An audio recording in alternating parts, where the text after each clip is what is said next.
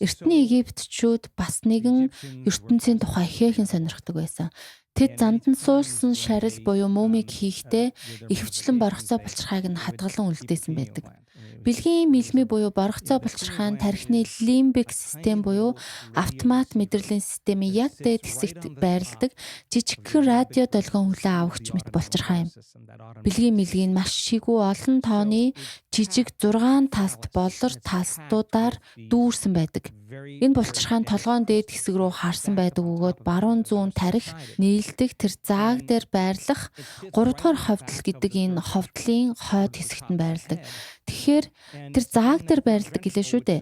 Хүний биеийн тарих нугасанд агуулгаддаг дурматер гэх маш нэгт холбогч эдээр бүрхэгдсэн нэгэн шингэн байдаг. Энэхүү шингэн түн мэдрэлийн системийг хүрээлж усанд булхаж байдаг ба ингэснээр энэ түн мэдрэлийн системийг дотор агуулж шимт хичээл болон нейропептидыг дамжуулж байдаг ийм шингэн байдаг.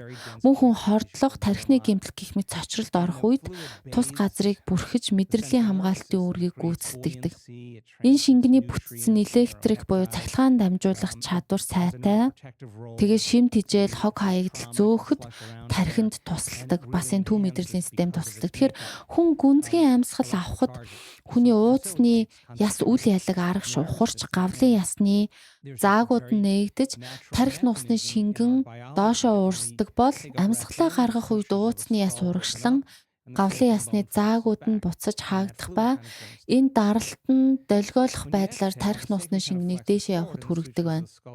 Тэгэхээр бидний бие өөрийн гэсэн механизмтай буюу энэ нь амьсгаа авч гаргах болгонд 2 алхам урагшлаад 1 алхам хойшлоод 3 алхам урагшлаад 2 алхам хойшлохтой адил энэ шингэнийг дээшээ доошоо наашаа цаашаа гүйлгдэг гэсэн үг. Энэ шингэн нь ахар сүүлнээс эхлээд ууц нурууг дагаад тарих хүртэл явдаг. Тэнд нийт 4 ховдол байдаг ба тархины баганы хэсэгт буюу хүзүүний ард байлах 4-р ховдол байрладаг. Үүний дараа нарийн хоолой шиг хэлбэртэй энэ хажуугийн сувг байх бөгөөд шингэн үүгээр дамжин 3-р ховдол руу ордог.